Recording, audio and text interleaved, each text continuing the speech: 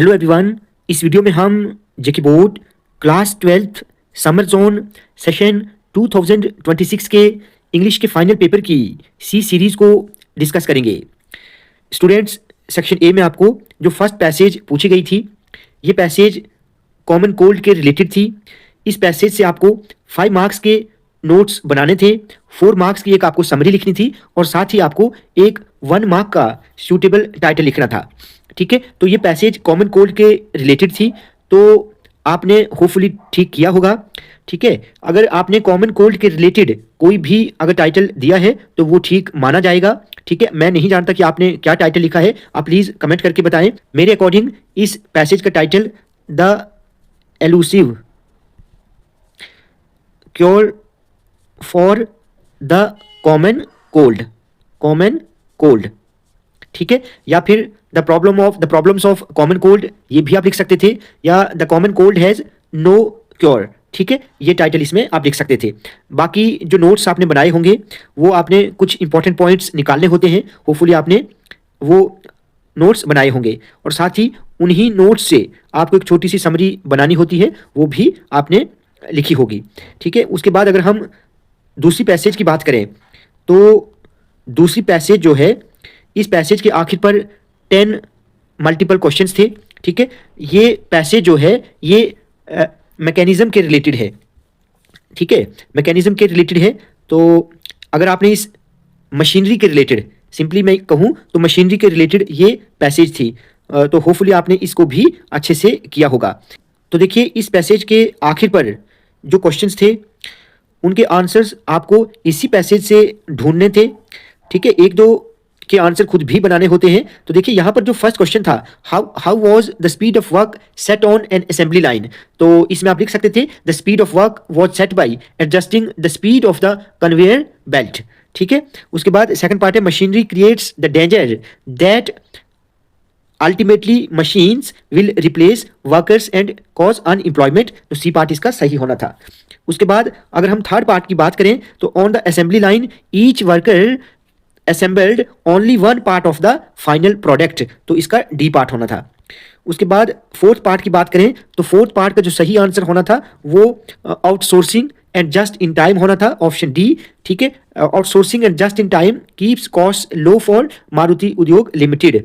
ठीक है, उसके बाद when an industry gets more mechanized what happens to the employment in it, तो इसका आंसर आप लिख सकते थे the more mechanized an industry gets the fewer people are employed. ठीक है, तो उसके बाद workers get 1 our lunch break, तो इसका आना था नो। ठीक है, find the word from para 2 in the passage which means the same as recurring, तो इसमें आपने लिखना था रेपिटेटिव। ठीक है, क्या लिखना था? रेपिटेटिव। उसके बाद use production in a sentence of your on, तो इसमें आप अपने तरीके से लिख सकते थे। अगर आपने कुछ भी सेंटेंस लिखा है और प्रोडक्शन का यूज किया है तो वो ठीक माना जाएगा, जैसे the company aims to increase production by 20% next quarter. ठीक है, उसके बाद है machinery does not help to increase production, तो ये स्टेटमेंट फॉल्स है। उसके बाद suggest a suitable title of the passage, तो अब आपने इसका भी एक टाइटल देना था, तो आपने क्या टाइटल दिया है वो आप कमेंट करके बता सकते हैं। मेरे अकॉर्डिंग अगर मैं इसको टाइटल दूं तो मेरे अकॉर्डिंग जो टाइटल होगा the dark side of mechanism होगा। ठीक है, the dark side of mechanism. ठीक है, उसके बाद सेक्शन बी में ये राइटिंग स्किल्स एंड ग्रामर का था, बहुत आसान है, कोई मुश्किल नहीं है। ठीक है, 12th क्लास के स्टूडेंट्स के लिए ये क्वेश्चंस ज़्यादा डिफिकल्ट नहीं है, होपफुली आपने किया होगा। लेटर बहुत आसान था। ठीक है, लेटर बिल्कुल आसान था। साथ ही जो रिज्यूम आपको यहाँ पर बनाना था कवर लेटर के साथ, ये भी मुश्किल नहीं था, आसान था ये भी।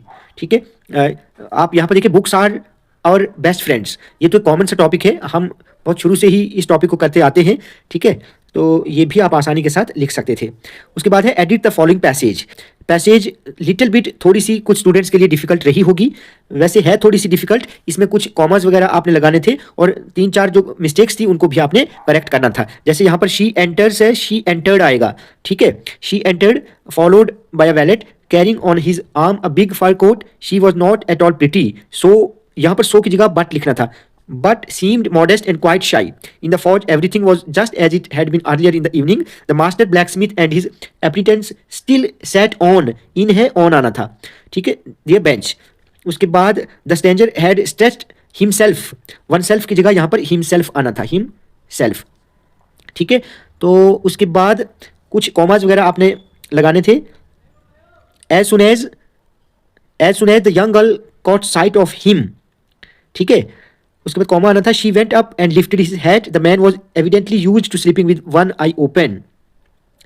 यहां पर उसके बाद ही jumped up abruptly and seemed quite frightened. तो आपने टू को कट करना था, खाली क्वाइट लिखना था, ठीक है. Quite frightened. My name is, यहां पर ये जो माई नेम है, माई से आपने इन्वर्टेड कॉमर्स लगाने थे विलियमसन तक. उसके बाद आपने कॉमा लगाकर सेट द गर्ल, आपने इसको ऐसे लिखना था. उसके बाद सेक्शन सी लिटरेचर का था. यहां पर 8th क्वेश्चन, ये एक पोइटिक एक्सट्रैक्ट है. इसमें आपको सबसे पहले इस एक्सट्रैक्ट को अच्छे से रीड करना था.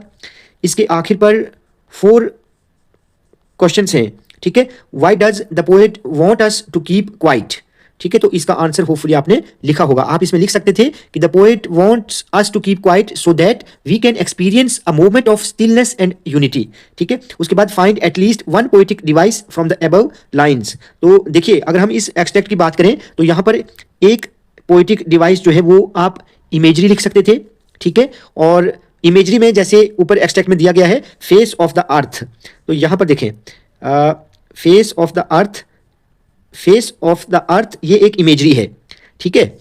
उसके बाद एलिट्रेशन, एलिट्रेशन भी ये दूसरी एलिट्रेशन, ये भी एक और पोइटिक डिवाइस इसमें यूज हुई है. एलिट्रेशन जैसे विदाउट रश, विदाउट इंजन्स, ठीक है, ये एक एलिट्रेशन की एग्जांपल है. उसके बाद है what does the poet mean by not move our arms. तो इसका आंसर होपफुली आपने लिखा होगा, कोई मुश्किल नहीं है. Name the poem and it's poet. तो ये पोएम आप जानते हैं, ये पोएम है कीपिंग क्वाइट, ठीक है. किसने लिखी है? पैब्लो न्यूरुदा, ठीक है. होपफुली आपने इसको ठीक किया हो. उसके बाद क्वेश्चन आंसर्स तो आप जानते हैं. क्वेश्चन आंसर्स जो है ये ज़्यादा मुश्किल नहीं थे, मैंने आपको पहले ही बताया था. अगर आप समरी जानते थे, अगर आप समरीज वगैरह अगर आपने अच्छे से की होंगी तो होपफुली आपने इन सभी क्वेश्चंस को अच्छे से किया होगा, ठीक है.